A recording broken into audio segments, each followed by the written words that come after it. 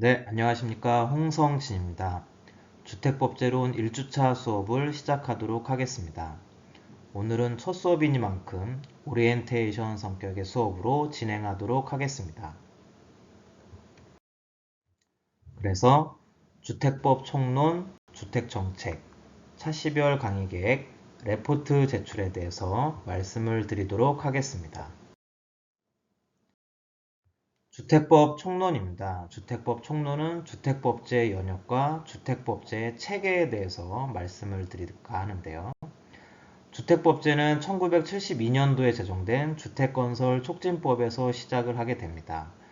법제명에서 알 수 있다시피 이 법은 주택이 없는 국민에 대한 계획성 있는 주택의 공급과 이를 위한 자금의 조달, 운용 및 건실한 주택용 건축자재의 생산 공급에 관하여 필요한 사항을 정함으로써 국민의 주거생활의 안정과 공공복리의 증진에 기여함을 목적으로 하고 있습니다.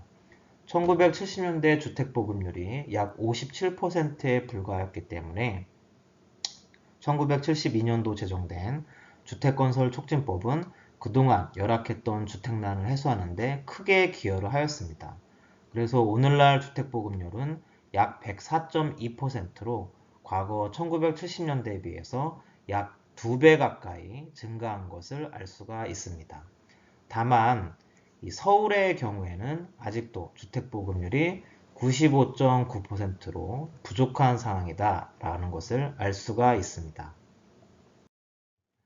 주택건설촉진법은 주택건설계획, 주택건설사업자, 국민주택자금, 대지조성 및 아파트 지구개발사업, 토지수용, 사업계획의 승인 및 건축 허가 등을 규율을 하였습니다. 그렇지만 주택건설촉진법은 주택의 양적 공급 외에 주거생활의 질적 향상 및 저소득층의 주거복지 기능을 제고하는 데 한계가 있었고 법제 체계가 복잡하고 관련 법제와 유사 중복의 문제점이 있었습니다. 예를 들어서 아파트 지구개발 사업의 경우에는 도시개발법의 도시개발사업, 택지개발촉진법의 택지개발사업, 도시재개발법의 도시재개발사업과 유사였고 재건축의 경우에는 도시재개발법의 도시재개발사업, 도시저소득 주민의 주거환경 개선을 위한 임시조치법의 주거환경 개선사업과 유사였습니다. 그래서 아파트 지구개발 사업 중 신도시 개발 성격은 도시개발법으로, 재건축 사업은 도시 및 주거환경정비법으로 이관을 하였습니다.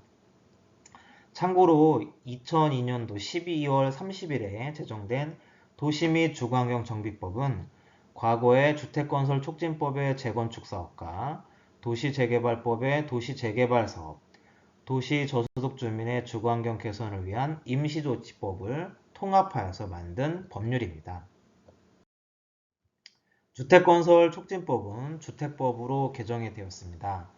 주택법은 쾌적한 주거생활에 필요한 주택의 건설, 공급, 관리와 이를 위한 자금의 조달, 운용 등에 관한 사항을 정함으로써 국민의 주거 안정과 주거 수준의 향상에 이바지함을 목적으로 하고 있습니다. 과거 주택건설 촉진법과 입법 목적부터가 다르다는 것을 알 수가 있습니다. 그래서 주택법은 주택제도의 기본법 역할을 수행을 하게 됩니다.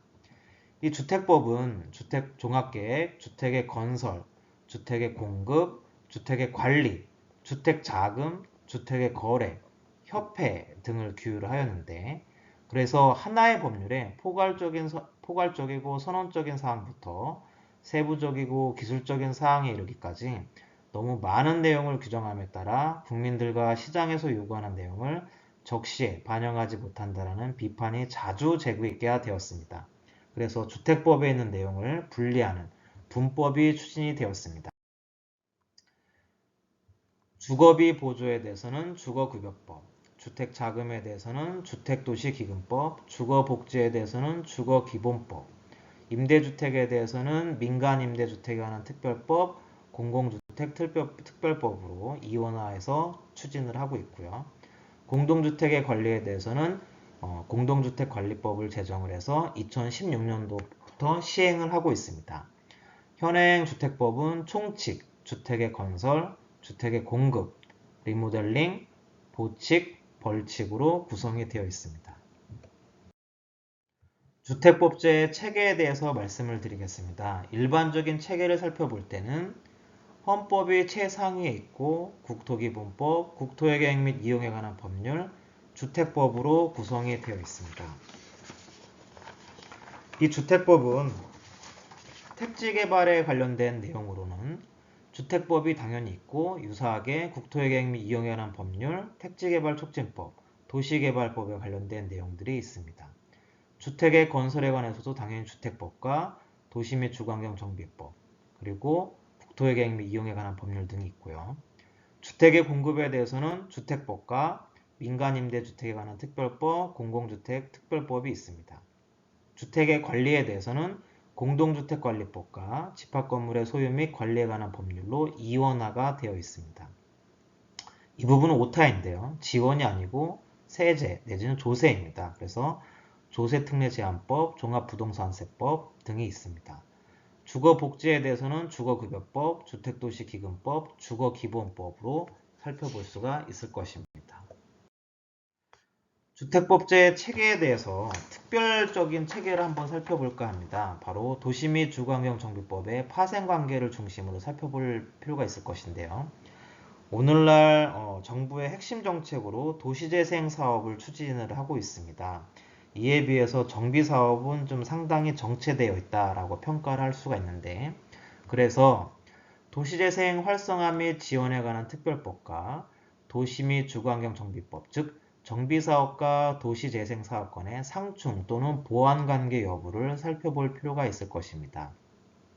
또한 도시 및 주거환경정비법과 빈집 및 소규모 주택 정비에 관한 특별법의 관계를 살펴볼 필요가 있습니다.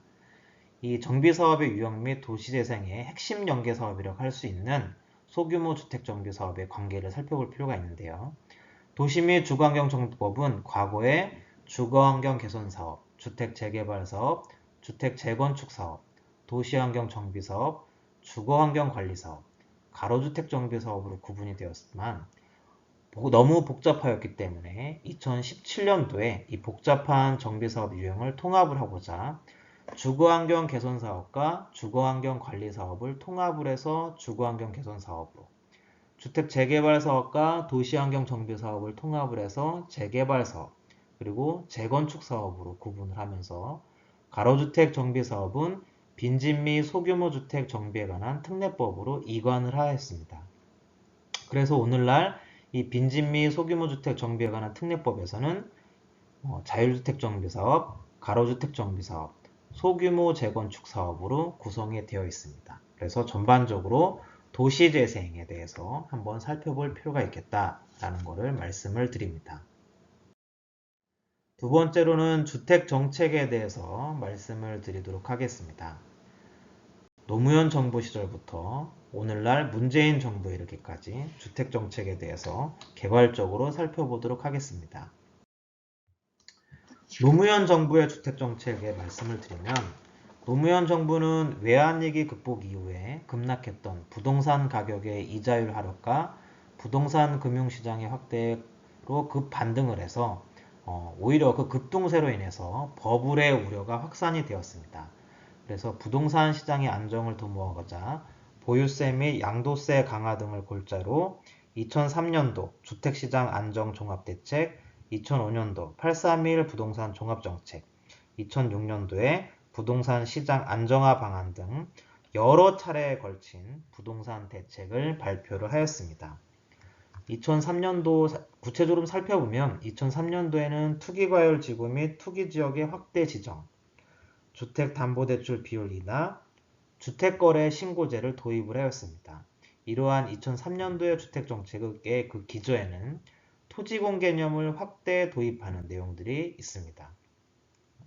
2004년도에는 공공택지 공급가격 공개 의무화, 부동산 보유세제 개편 방안 확정의 내용이 있고, 2005년도에는 양도소득세를 강화를 하고 분양가를 규제하는 내용들이 있습니다. 2006년도에는 재건축 규제를 강화를 하고 2007년도에는 투기지역 민간 분양가 상한제 및 원가 공개를 실시하고 수도권의 민간택지 주택 전매 제한 기간을 확대하는 내용들입니다. 전반적으로 주택정책의 내용들이 오늘날 문재인 정부의 정책과 유사하다라는 것을 알 수가 있을 것입니다.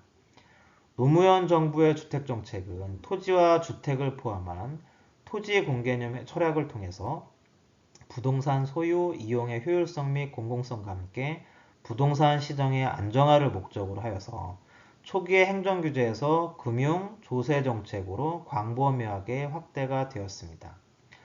정책 도입 초기에는 일시적으로 주택시장이 안정을 가져왔지만 그 효과가 지속되지 못하고 일정 기간 이후에는 가격이 급등, 불안정한 양상을 보이기도 하였습니다. 이명박 정부는 미국발 서브프라임 모기지 사태로 시작된 글로벌 금융위기에 따라서 환율 불안, 유가 및 원자재 가격 상승 등 경제 환경이 매우 불안한 양상을 보였습니다. 그래서 시장주의적 관점에서 주택 및 건설 경기 부양 정책을 통한 경제 위기 극복 정책을 위해서 2008년도 보금자리 주택 수도권 100만 호, 지방 50만 호를 공급하겠다라는 계획을 세웠고 2009년도에는 경제 활성화 세제 지원, 2010년도에는 실소유자 및 서민 중산층 주거 안정 지원 방안, 2012년도에는 부동산 대책 등을 시행을 하였습니다. 전반적으로 주택시장의 자유화, 주택공급 확대를 위한 규제 완화의 목적이 있었지만 주거 안정에는 미흡했다라는 평가가 지배적입니다. 박근혜 정부는 주택시장 규제 완화를 통해서 주택시장을 오히려 활성화시키는 데 초점을 맞췄습니다. 그리고 민간 임대시장의 활성화, 특히 기업형 임대주택을 공급하였고 주거복지 등의 목적이 있었습니다. 박근혜 정부의 주택정책은 저소득층의 주거난을 해소하기 위해서 금융정책을 통한 맞춤형 주거복지를 지원하였다라는 점이 특징이 있습니다. 전반적인 평가로는 규제 완화 중심의 주택정책을 이명박 정부와 연계성이 있게 추진을 하였습니다. 그렇지만 지속적인 규제 완화로 인해서 2015년도에는 주택가격이 급등을 하였고 그래서 이를 막고자 2016년도에는 분양권 전매, 청약과열지구 지정 등 일정한 금융행정 측면에서 사후 규제를 하였습니다. 문재인 정부는 이 투기 수요 증가로 인한 주택시장의 불안은 사회경제적 부담으로 작용한다는 인식을 가지고 있습니다. 그래서 다양한 주택정책을 통해서 부동산 시장 안정화를 목적으로 하고 있습니다. 그래서 2017년도에는 투기과열지구, 투기지역뿐만 아니고 조정 대상 지역을 새롭게 도입을 하였습니다. 민간택지 분양가 상한제 적용 요건도 개선을 하였고 재건축 초과이익 환수제를 시행을 하고 다주택자에 대한 금융구제를 강화를 하였습니다. 이 2017년도의 파리 대책이 사실은 문재인 정부의 주택정책에 있어서 가장 강화된 내용으로 이런 핵심적인 내용을 담고 있고 그 이후의 대책들은 사실은 이 파리 대책에 있어서 연장선상에 있는 내용이다라고 할 수가 있을 것입니다. 2018년도에는 과표 3억 원에서 6억 원 구간을 신설했고 세율은 0.2%포인트 인상을 하였습니다. 2019년도에는 조정 대상 지역 2주택 이상 보유자에 대한 주택분, 종부세 세율을 최고 4%를 중과하는 내용이 있습니다. 문재인 정부는 노무현 정부와 마찬가지로 아파트를 중심으로 한 주택 규제이고 정책 발표 이후에 일시적으로 하락하던 서울의 아파트 가격은 다시 상승을 하였습니다. 2020년도 현재 아파트 매매 건수 자체가 급감을 하였기 때문에 지금 주택정책이 먹혀들었다, 즉 적용이 되었다, 효과가 있다, 하락되었다, 안정감 있다 이렇게 평가하기에는 좀 이를 것 같고요. 전반적인 부동산 정책의 평가는 추후에 가능하다라는 것을 말씀을 드리고 싶습니다. 차시별 강의 계획에 대해서 말씀을 드리도록 하겠습니다. 이 앞서 살펴본 이 수업과 관련된 내용들 각각 약 30분 정도의 강의를 하신다라는 생각으로 해서 발표 수업을 준비를 해주시면 되겠습니다. 네, 오늘 수업은 여기까지입니다. 수업 내용 내지는 차시별 강의 계획 내지는 이 레포트 제출에 대해서 질문 또는 건의사항이 있으시면 편하게 말씀을 해주시면 되겠습니다. 오늘 수업은 여기까지 진행을 할 거고 하루빨리 강의실에서 다시 선생님들과 함께 재밌는 수업을 할 수 있었으면 좋겠습니다. 수업을 들어주셔서 감사드리고 오늘은 여기까지 하겠습니다. 감사합니다.